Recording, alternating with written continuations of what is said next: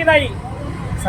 आज हे लेकरू गेलंय,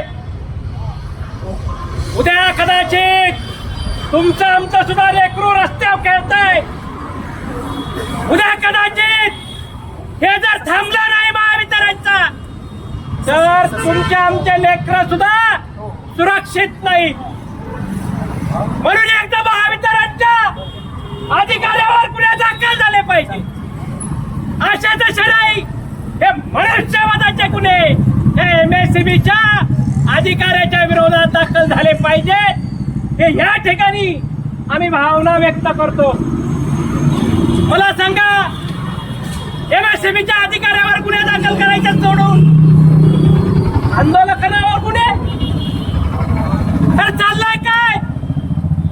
आंदोलन जळतंय आणि कुत्रा पीठ खाताय आणि SP साहेबांना कळत नाही का? त्याच्या घरातले लेकरं गेलेत, त्यांच्यावर गुन्हे।